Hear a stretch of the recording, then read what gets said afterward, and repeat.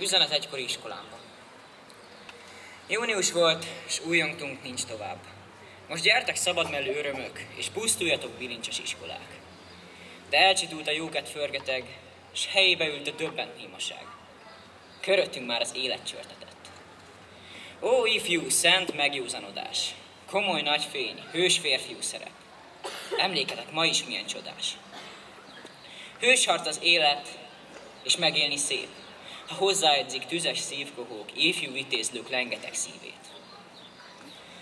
Ha élet zengi be az iskolát, az élet is derűs iskola lesz, és szentföldjüket így folytatják tovább.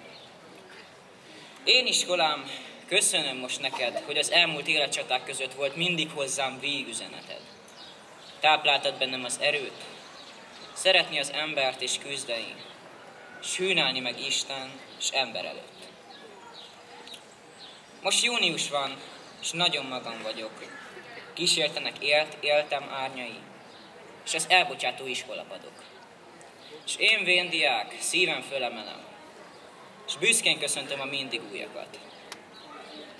Föl, fiúk, csak semmi félelem. Bár zord a harc, de megéri a világ.